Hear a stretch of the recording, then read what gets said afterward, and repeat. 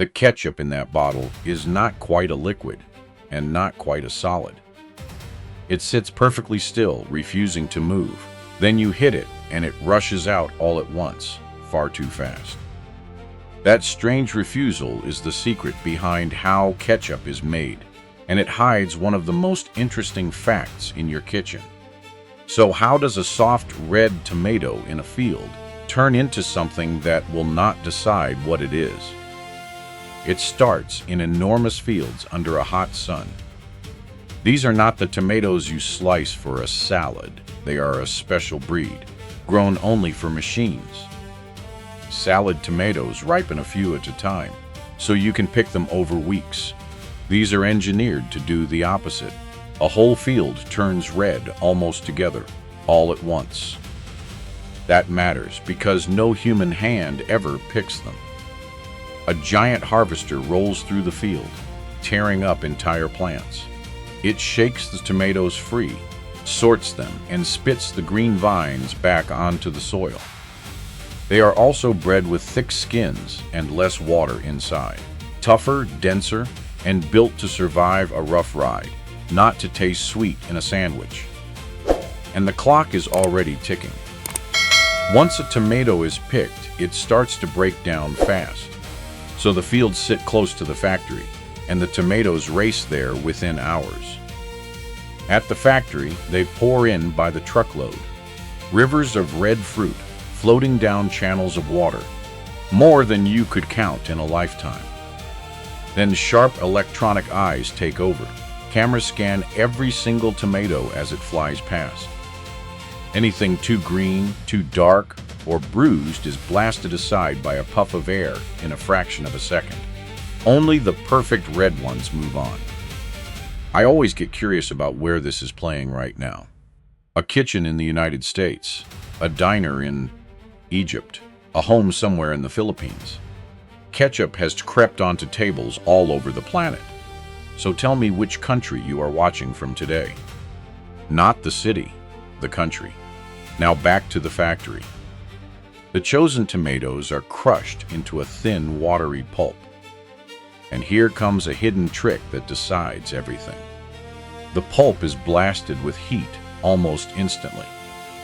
Inside a raw tomato are natural enzymes. Left alone, they attack the pulp and turn it thin and runny. The sudden heat kills those enzymes on the spot. It locks in the thickness before the tomato can destroy its own body.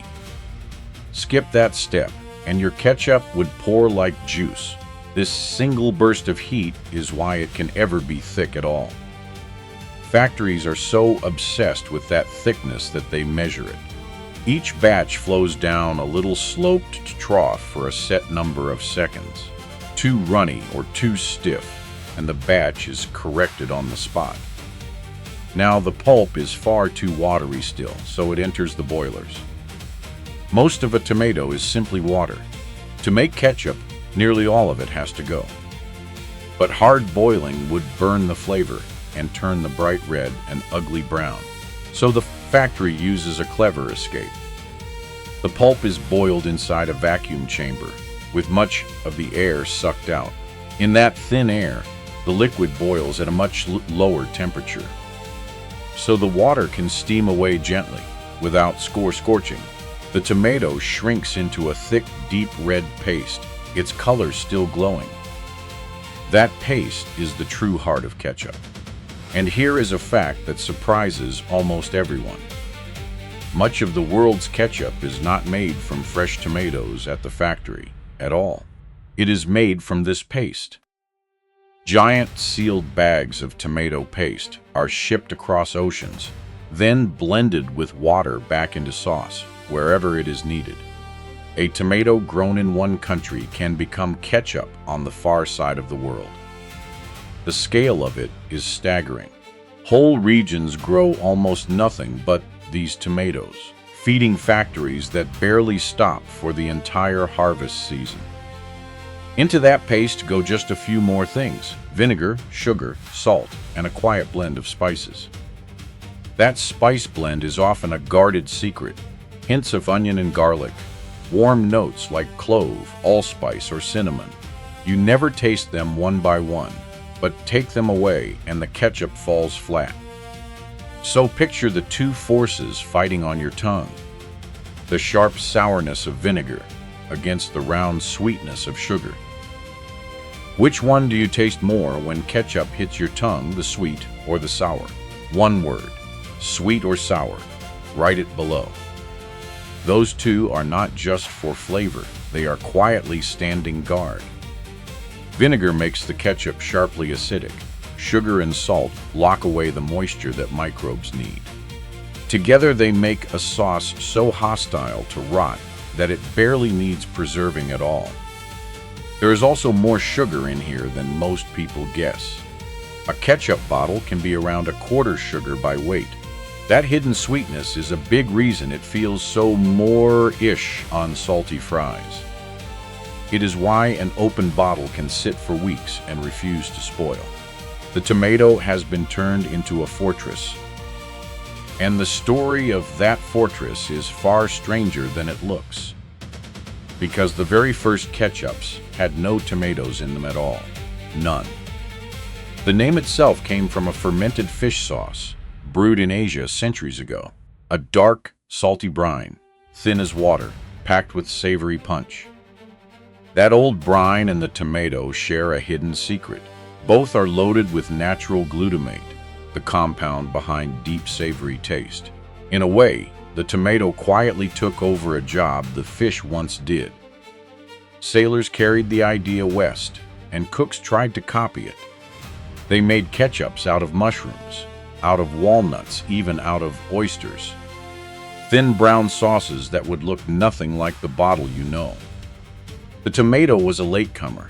It muscled in so completely that most people now think ketchup was always red.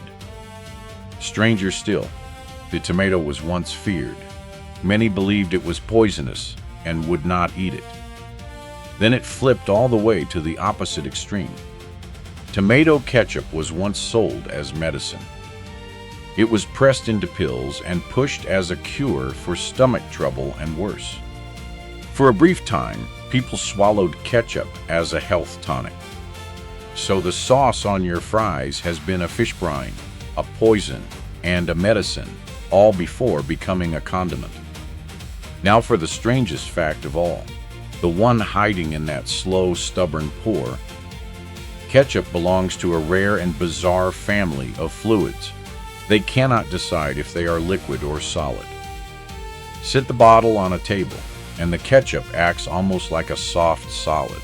It holds together and stays put, gripping the glass, refusing to flow. But hit it, shake it, or squeeze it hard, and everything changes in an instant. The force breaks its inner structure, and suddenly it flows like a liquid. That is why ketchup lurks, then leaps. Tap too softly, and nothing moves. Tap a little too hard, and it floods your plate. Same sauce, same bottle. The only thing that changed was the force of your hand. There is a reason old glass bottles had a number stamped near the neck. People learned to tap right on that spot, to coax the ketchup into flowing without drowning their food. And the modern squeeze bottle is built around this very quirk. You force the sauce with a squeeze, it turns runny and shoots out. Then it freezes back into place the moment you stop.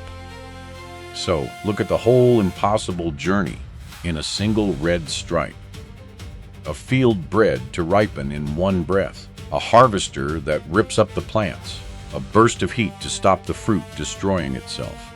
Water boiled away in thin air. Ancient fish brine, reborn as a bright red paste.